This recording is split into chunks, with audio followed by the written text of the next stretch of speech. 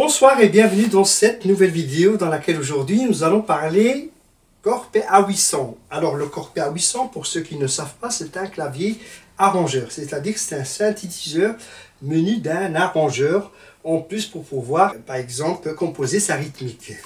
Alors le clavier Korg PA800, il en existe plusieurs versions sur le marché. Cette version que j'ai donc ici, c'est une version vraiment standard avec laquelle donc on va trouver beaucoup de fonctions.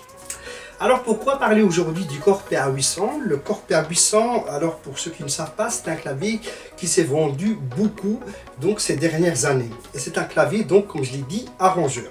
Avec ce clavier, on va vraiment pouvoir donc par exemple programmer une rythmique personnelle, mais aussi à la fois on peut aussi travailler la sonorité, c'est-à-dire le timbre se trouvant dans le clavier pour le transformer et avoir vraiment des timbres qui sont vraiment plus professionnels et qu'on peut exploiter en même temps que la rythmique programmée au niveau du clavier.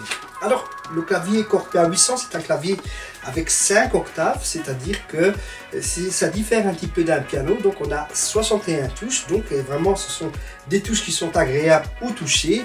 Nous avons sur le Korg PA800, donc on a donc un écran tactile avec lequel donc on va pouvoir naviguer et aller sur les différentes fonctions pour pouvoir exploiter le clavier et donc l'utiliser vraiment correctement.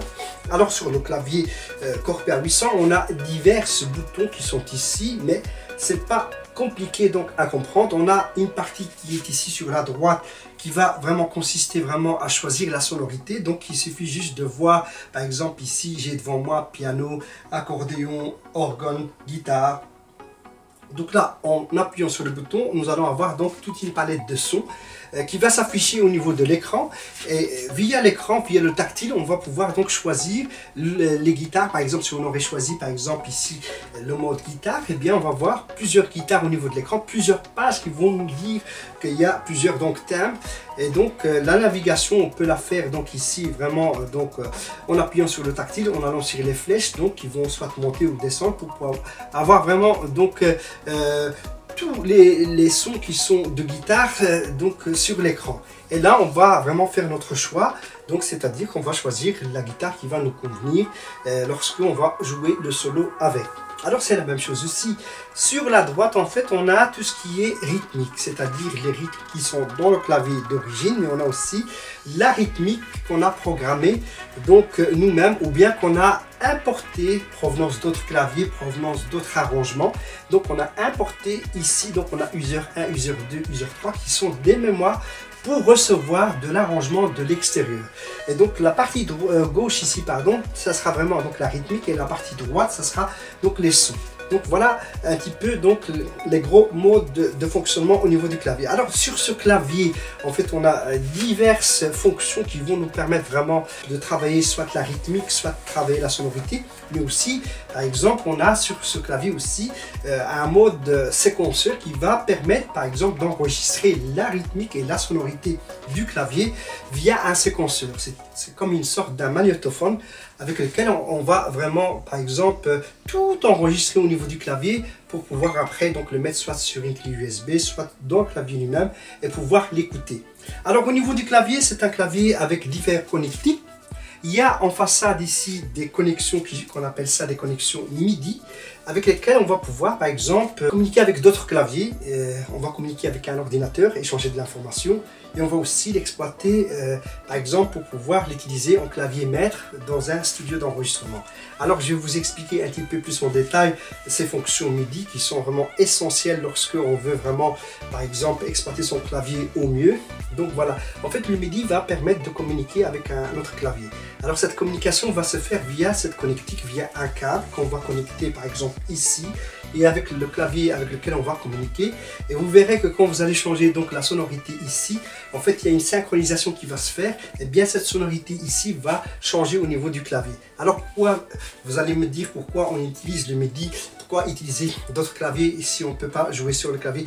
En fait ce n'est pas la question est que parfois on peut par exemple avec ces connexions MIDI par exemple commander une boîte à rythme en plus sur le clavier, donc une boîte à rythme de l'extérieur avec des autres rythmiques et on peut la synchroniser grâce au MIDI. On peut aussi grâce à ce clavier donc par exemple le transformer en clavier pilote, en clavier maître, c'est-à-dire qu'on va par exemple exploiter avec ce clavier donc donc des échantillons, des plugins dans un ordinateur. Et donc le clavier va servir vraiment à piloter. Donc grâce aux touches, on va piloter ces plugins. Donc on va les contrôler pour avoir d'autres sonorités au niveau du clavier, et c'est à ça que sert le MIDI. Mais le MIDI sert pour beaucoup de choses, pour synchroniser des horloges, pour synchroniser avec des boîtes à rythme, avec d'autres claviers en mode studio par exemple. Un exemple donc qui est vraiment essentiel, c'est le transformer en clavier maître, en clavier MIDI. Donc c'est à ça que sert en fait le MIDI. Alors il n'y a pas que le MIDI sur le clavier, donc ici dans le clavier on a des sorties et des entrées audio. Alors les sorties audio, c'est pour pouvoir le brancher dans une sonorisation, et les entrées, c'est pour pouvoir par exemple rentrer des sources d'un lecteur CD, et donc on peut écouter au niveau des enceintes. Alors je rappelle que le Korg PA800, c'est un clavier qui est amplifié. Contrairement, il y a des claviers qui ne sont pas amplifiés, donc on doit mettre un amplificateur à l'extérieur pour pouvoir écouter le contenu du clavier. Alors sur ce clavier, on a aussi la possibilité de brancher donc un casque pour pouvoir écouter vraiment et s'isoler, écouter bien le son qu'on joue sur le clavier ou la rythmique. Le Korg PA800, c'est un clavier où il y a eu beaucoup de modèles. Alors, diverses options qu'on peut ajouter au niveau du clavier. On peut par exemple ajouter une carte MP3 qui va nous permettre vraiment de lire des MP3, mais aussi d'enregistrer des MP3 dans le clavier. Donc ça, c'est une option en plus. C'est une carte qu'on achète et qu'on la met, donc qu'on la place ici très facilement. Donc en la branchant, et bien à ce moment-là, on peut avec le clavier donc utiliser des fichiers MP3, soit pour les lire, soit pour les écouter au niveau du clavier. On a aussi la possibilité de mettre une carte vidéo. Alors vous allez me dire pourquoi utiliser une carte vidéo dans un clavier. Eh bien parfois on veut par exemple voir les paroles d'un fichier, par exemple MIDI, sur un écran extérieur. C'est beaucoup plus pratique quand on voit les paroles par exemple sur un grand écran. Et bien cette carte va permettre en fait de répliquer l'écran du Korg PA800 sur un téléviseur, donc en général qui est pâle, et donc on va voir cette image donc du clavier qui est transmise dans l'écran extérieur. Voilà, donc ça c'est vraiment pour tout ce qui est optionnel au niveau du clavier. Alors ce qu'il faut savoir aussi, c'est qu'on a la possibilité dans ce clavier de mettre un disque dur, donc un disque dur de 2,5 pouces, donc je pense qu'on peut aller jusqu'à 160 Go au niveau capacité. Donc à ce moment-là, on peut par exemple parce que dans le clavier, en fait, ce qu'il y a comme une sorte d'une petite clé USB qui fait office de mémoire au niveau du synthé. Donc, ça peut être une clé de 4 Go, je pense, d'origine. Mais on peut mettre un disque dur. Mais on peut aussi augmenter la capacité de la mémoire donc interne du Korg PA800. Donc, c'est-à-dire qu'on peut mettre une clé, par exemple, de 16 Go. Donc, moi, j'ai déjà fait le test. J'ai déjà mis une de 16 Go. Ça permet, en fait, de quadrupler la capacité d'origine sur le clavier. Alors, un point qui est important, beaucoup m'ont posé la question de savoir si combien il y a de RAM au niveau du clavier, au niveau d'origine, et est-ce qu'on peut upgrader la mémoire interne. Alors, attention, parce que ce clavier est sorti chez Korg avec 64 mégas de mémoire, donc c'est-à-dire la RAM du clavier. Eh bien, c'est vrai que moi j'ai déjà fait le test, c'est vrai qu'on a la possibilité de faire d'augmenter cette mémoire à 256 ou 128. Moi j'ai fait le test, mais le problème c'est que ce n'est pas quelque chose qui est officiel par Korg. Mais il y a des sociétés qui font ça, en fait ils vendent des kits qui sont faits donc avec une modification du OS, parce qu'il faut avoir un OS qui est compatible pour pouvoir que cette RAM soit vraiment lue et reconnue par le Korg PA800, donc par exemple à 256. Alors trois choses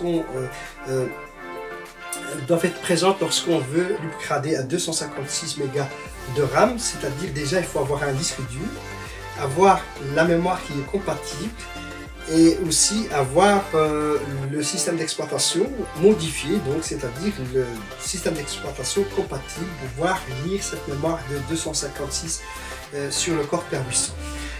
Alors, je vais revenir un petit peu avant de clôturer cette vidéo. Donc, le Korg PA800 ici, c'est la version standard, donc, mais il existe des variétés au niveau du Korg PA800, mais juste des petits changements.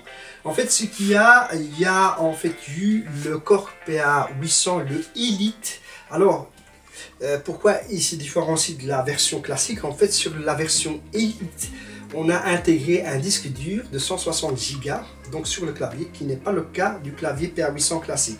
Et on a aussi mis la fameuse carte MP3 pour pouvoir lire des MP3. Ça, c'est la différence réelle qu'il y a donc entre la version classique et la version donc Elite, qui est en fait la version 2 du Corpea 800. Alors d'autres variétés de claviers Corpea 800 existent aussi, mais ça c'est dans le monde oriental. Ce qu'il faut savoir, c'est que ce modèle-là existe. Donc il y a le Corpea 800 oriental qui se vend dans les pays du Moyen-Orient. C'est un clavier avec d'origine 256 mégas de mémoire déjà d'origine. Mais ça, ce n'est pas Korg en Europe en tout cas qui a fabriqué ce clavier ou modifié en fait les aspects pour le rendre vraiment compatible pour la musique orientale et avec cette mémoire de 256. Il existe aussi le Corpea 800, le EX. Donc c'est une version, encore une variété du Corpea 800, à la différence qu'il y a un disque dur dessus d'origine. Il existe aussi le Corpea 800 EX Pro qui se vend aussi. Donc c'est une variété de ce clavier là, mais il n'y a jamais que des petites options qui sont rajoutées. Par exemple dans la version EX on a donc la carte vidéo, par exemple dans la version Pro on a le disque dur, on a la carte MP3, on a la carte vidéo qui sont installées dans le clavier. Donc vous voyez, ce sont toutes des options en fait que vous pourriez mettre sur ce clavier afin de passer d'une version à l'autre. Mais il existe des versions qui sont déjà toutes faites, d'où le prix diffère un petit peu puisque ces options sont dans le clavier PA800. Alors autre possibilité, on a la possibilité donc de prendre des clés USB donc, et d'importer des sets, c'est-à-dire un fichier avec lequel on a donc tout un ensemble, on a donc la rythmique, la sonorité, c'est pour ça qu'on appelle ça un set, parce que tout est rassemblé en un seul fichier qu'on peut importer provenance d'autres claviers qui sont compatibles avec le PA800. Donc grâce à la clé USB, on peut donc importer donc des sets pour mettre sur le clavier. Alors je pense maintenant arriver à la fin au niveau du clavier. Donc le Corpea 800 certes restera donc un clavier robuste. Avec celui-ci vous pourriez donc faire beaucoup de choses. Vous pouvez donc soit votre configuration, soit jouer avec en live, soit chez vous, soit en studio par exemple, comme je vous ai expliqué avec le clavier maître. Vous pouvez faire tas de choses avec le Corpea 800. Donc voilà, j'arrive à la fin de ma vidéo. Si vous avez aimé ceci, je vous suggère de me mettre un pouce vers le haut. Et si vous voulez en savoir plus sur le Corpea 800, si ce n'est pas tout à fait clair pour vous, alors à ce moment-là, je vous demanderai donc de vous abonner à ma chaîne YouTube, de rentrer en communication avec moi et de profiter sur d'autres vidéos. Pourquoi pas, je pourrais faire des vidéos qui vont être beaucoup plus expliquées, en tout cas au niveau Corpea 800, afin vraiment que vous en tiriez le meilleur. Donc voilà, je vous dis à très bientôt.